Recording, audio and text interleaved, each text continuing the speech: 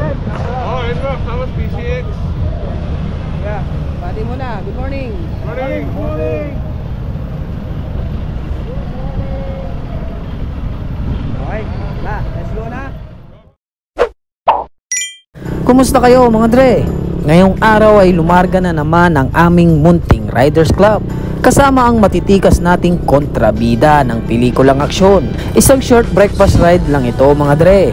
Paraan namin ng pagbabanding at kumustahan ng ating mga kaibigan. Hindi lang ang aming rides ang abangan nyo dito sapagkat magkukwentuhan ng grupo tungkol sa kani-kanilang mga karanasan sa pelikula na hindi natin alam. Kaya tara mga dre, samahan niyo po kami sa aming adventure patungo sa Timberland Heights sa San Mateo, Rizal. Ito masasabi mong hindi imbento, siguradong mawibili ka sa kada nood ng aking palabas. Tanggalin natin kung ikaw man ay nababagot, kesa magmukmok sa gilid, manood at makinig. Sama mo ang mga kakilala mo at tropa, sama-samang panoorin ang mga istorya. TV ang bahala.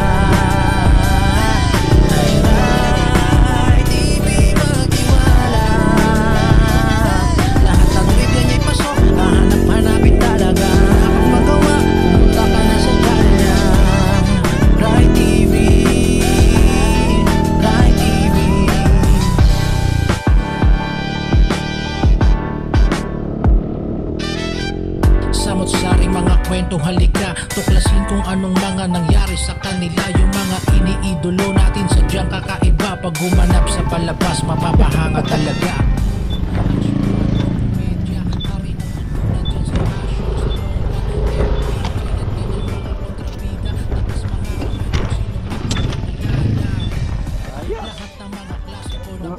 Ang haba ng biyahe natin, ano? Oo.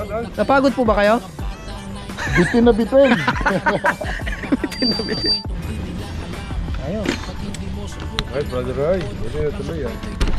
Kaya nga, mga magandang panahon eh.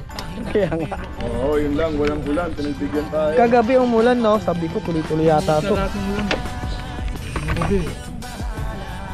Alex, batiin mo sila. Hi, good morning. Shoutout sa lahat. Hindi mo makakalimutan, Rai TV. Shout out kay Glenn. Welcome back again, Right TV. Hello, good day. Subscriber ng Right TV. Good morning sa iyo. Shoutout sa inyo lahat. Okay, ayan, kwentuhan kami. Kwentuhang Tuhang Kwentuhang karanasan 101. Scene 1. Ayun, kwento mo Kuya Ray. Si Kuya Ray. Direk Ronnie Ricketts. Unang bigay sa akin niya ng dialogue eh. Ang eksena namin, nando kami sa presinto. Meron kami nahuling mga tao na pumatay din sa isang chief security. Ang dialogue pare, kitang-kita ko sinong eksena eh, sinong dialogue. So nandun panahon na nandun sila Kuya Conrad po, tapos mga character actor, mga batang magnatike nandun lahat. So ang dami pare. So ngayon na eksena. Magtatanong si Conrad po na bakit? Meron ba kayong testigo? Ako yung testigo tol eh. So may dialogue akong ganun. So ang dialogue ko dapat eh, Oo. Kitang-kita ko yung dalawang yan na walang awang pinagpapatay. Parang ganun. So buti, rehearsal muna, sabi ni Direk Ronnie. Rehearsal tayo. Action! Bakit? May testigo ba kayo? Ito na ako pare. Ako! Sa bro, nawala yung dialogue. Ayaw lumabas. Sabi ni Direk Ronnie, Bugol, kaya mo yan. Bait si Direk Ronnie. Tapos saka si Conrad po, sabi niya, Ray, kaya mo yan. So buti nga, nung napalpak ako, rehearsal pa lang. So nung take Yung na. take na, okay. Rehearsal pa lang naman yun. Pwesto. Okay naman. Pero nakakatawa. Lakas na Echimay, oh. Saka Lakas ng buga ng ilaw, eh. na blanco ko nun, tol, dire-diretso na yun. Doon na kaya, dala yung cellphone. Oo, Pag tama. Inabot ka ng kaba. Pag naunahan na. Wala na, minsan ganun eh. Pag naunahan ka ng kaba. Yari. Sa TV naman to, nung merong ano, ka-eksena ko si Aramina. Baba. Oo. Arami na yan, Hindi, si ha? Aramina, di ba? May eksena kami sa ano to eh, yung pan TV series na ginawa eh. Hindi ko lang matanda kung ano eh. Pagpasok na, parang ano ko eh, yung may dialogue na pagpasok sabi ko, sabi sa akin ni ano, nakuha mo ba? Oo, buti na lang eh, naipuslit ko. Sabi ko, ganun dapat ang sabi ko. Buti na lang, naipuslit ko. Nung take na, ito na. Ano, sagot nga si Aramina, nakuha mo ba yung ano? Sabi ni Aramina. Oo, sabi ko, buti na lang, nag-take 4 ako noon. Sana yan ako, ilang oras na lang, alas 2 na ng madaling araw. Nagalit Hindi ko na naman tao na to. Hindi, yung mga cameraman, yung mga lights. Ano ba yan? Ano ba yan? Totoo yun, galit na galit sila sa akin. Alas 12 na, Sabi nga nung ano eh, sabi nagpasok sa akin, pare ano nangyari sa'yo? Hindi ko mailabas yung puslit eh. Sabi ko direct, pwede bang baguhin ko lang? Hindi, kailangan yun ang Kasi self-taught. meron silang hinahanap ng line eh. Dapat yun ang sasabihin mo. Hindi eh. pwedeng baguhin na. Merong by the script. Buti nila bro, hindi sinabi na palitan na lang si Alice kung wala bang ibang ano ba? Hindi, ganun nga nangyari. Ganun? Oo, sad to say, ganun na talaga nangyari. Pinalitan ka. Oo, pinalitan na. Kasi hindi ko maano eh. Sabi nga ni Aramina, sige kuya, kaya mo yan. Bad yung Aramina. Oo, sabi niya, Ay, yun ang isang word na yun. Ang Yun lang, hindi ko may bugkas yung... Nakakabulol. Hindi ko Yun, meron na eh. Hindi ko nakakabulol. mabigkas Tongue twister ng eh. may puslit. Puslit lang eh. Hindi ko maano, pero nung pagpanay na sa... Habang lumamanay ako, hindi ko malaman kung gagawin ko. Parang gusto mag-suicide. Kaya yan no, parang yan ang huling-huli ano, hindi na ako nakalabas uli. Kasi yung mga tongue twister na letter, na word eh, na mabubulol ka. Tama. Sabi nga ng iba eh. Naghuhuli ng buong bahay. Napahiya ka na. Yung mga dahil na ganun eh. Kaya nga ako. Yun ang pinaka bad experience ko na nangyari. Ako, Ang mabigat doon, napalitan kayo. Panalit na talaga ako. Pero bayad ka pa rin. Hindi ako biniharan. Hindi ka binayaran. Kasi nga, naman ako doon. Pero mo, dapat kahit ka lahat alas 8 ng umaga, ang call time namin, alas 8. Sa may Bulacan pa yon, sa may ano, sa Ostrich Field, yung Ostrich, may mga Ostrich. Bulacan, Oo. meron dyan. Doon kami nagano. Putya na, inabot ng madaling araw na. Kaya puro kape ko, nandun pa si Julio Diaz eh. Kaya inisip ko nga, kasi tinititigan ako ni Julio Diaz ang naghapo na. Matiti eh, mga lakas. Wag mo na. Wag lang ba kayo? Inisip ko, putya, baka ano ko na.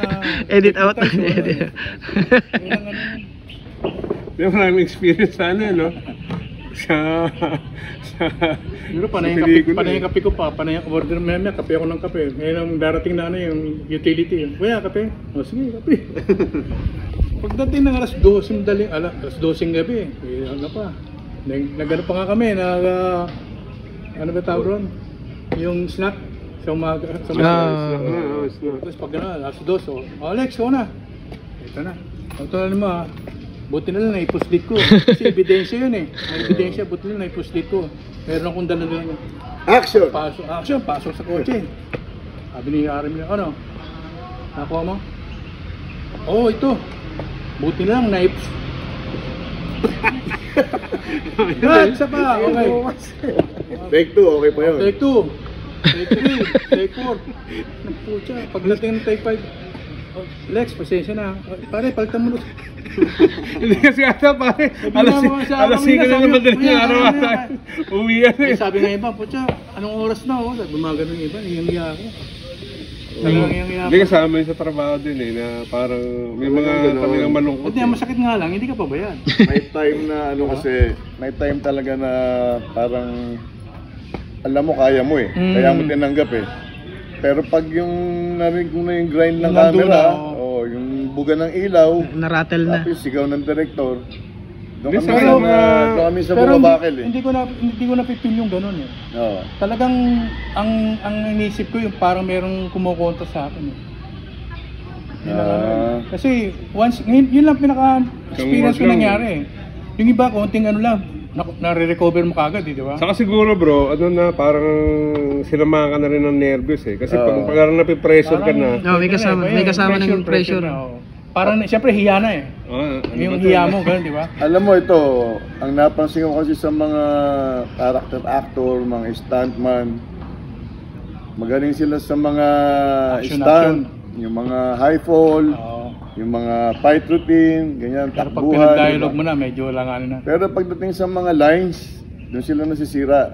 Kaya nowadays, pinapractice na rin yung mga pagdi-deliver ng Yes, dialogue. oo, totoo yan, Kasi totoo. doon ka mabibigyan ng mga solo frame, yung mga ganon. Yung kadalasan nung araw, Maganda makikita mo yung mga exposure. kasama mo, stuntman, mga ano, sabi niyan, Kutya, pag-actionin na lang niyo ako, ganun yung paglagyan ng lines, sabi niya. Ano na lang kami, tatalo na lang kami.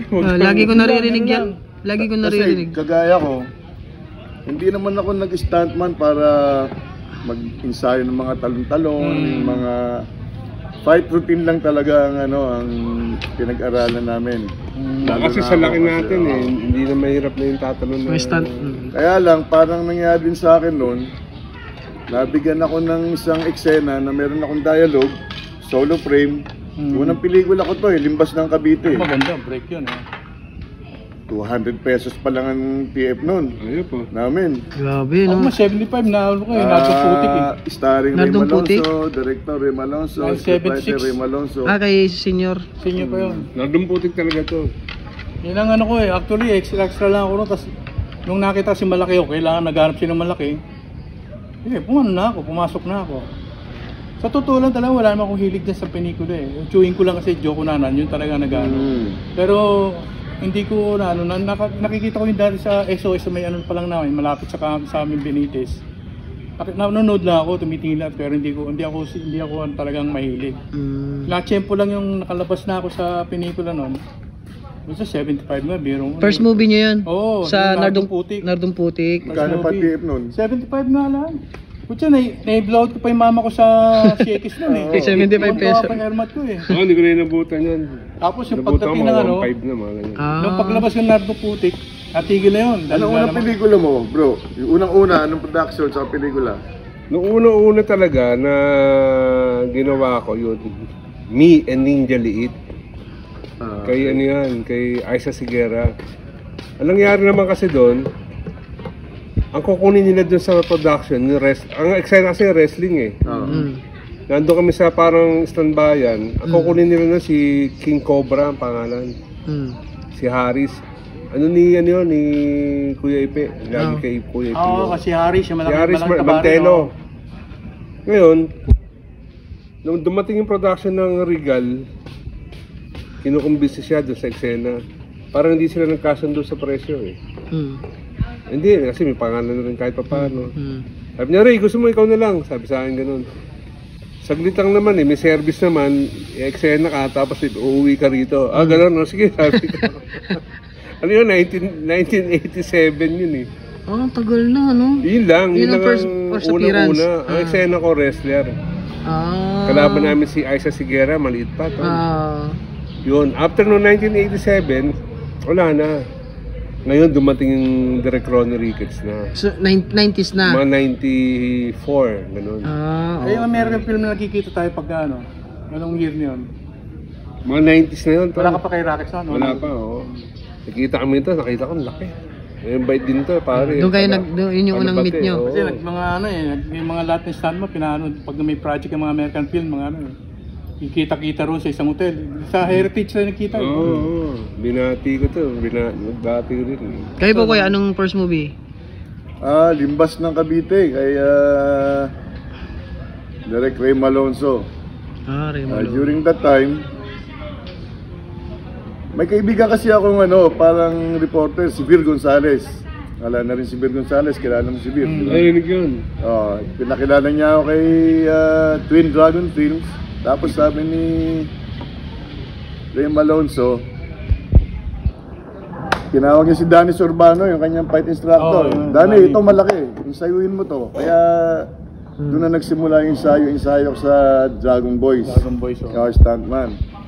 Tapos hanggang sa na-schedule ako sa Limbas ng Cavite, napili na naman ako. Ito, malaki to. Ito nang bigyan mo ng lines. Iba kasi advantage ng malaki.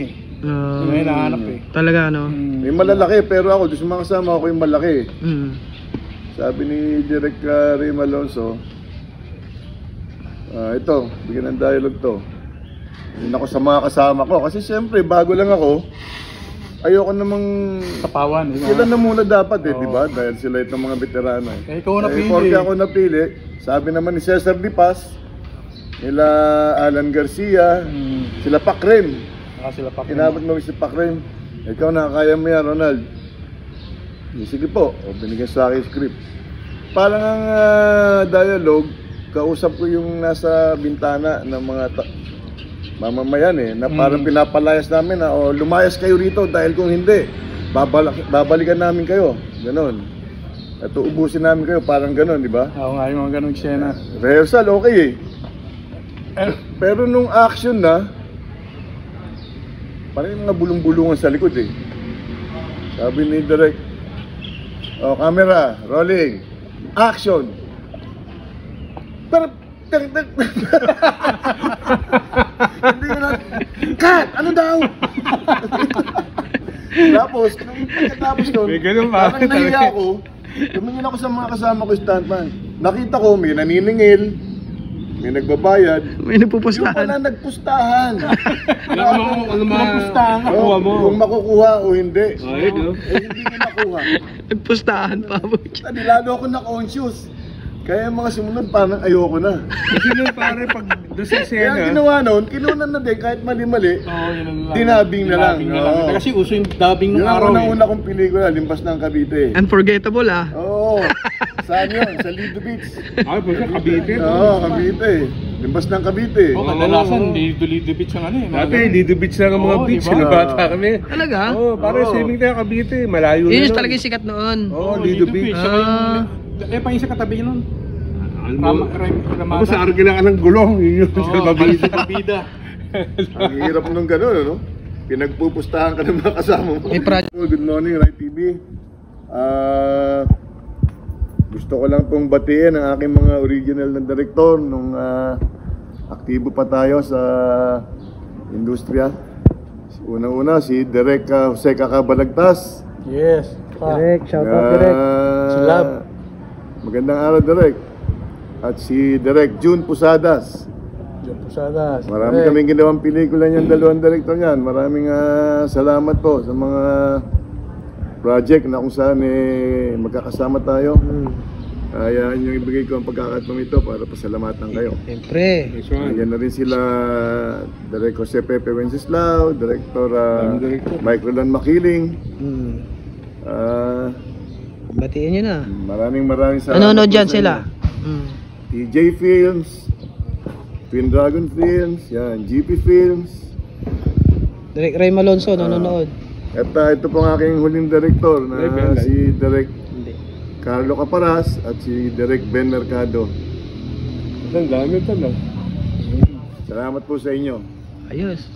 Kuya, baka may gusto kayong batiin. Ay ako, binabati ko na si Direk Ronnie Ricketts. Congrats Direk sa mga batang readers. At siyempre si Direk Coco Martin.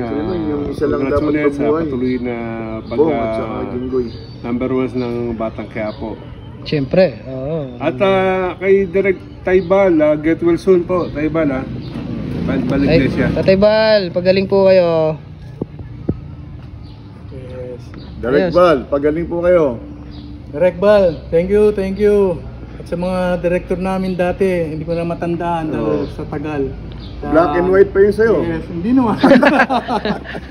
Black and Shoutout sa lahat. Okay. Huwag kalimutan mag-subscribe. Paalam.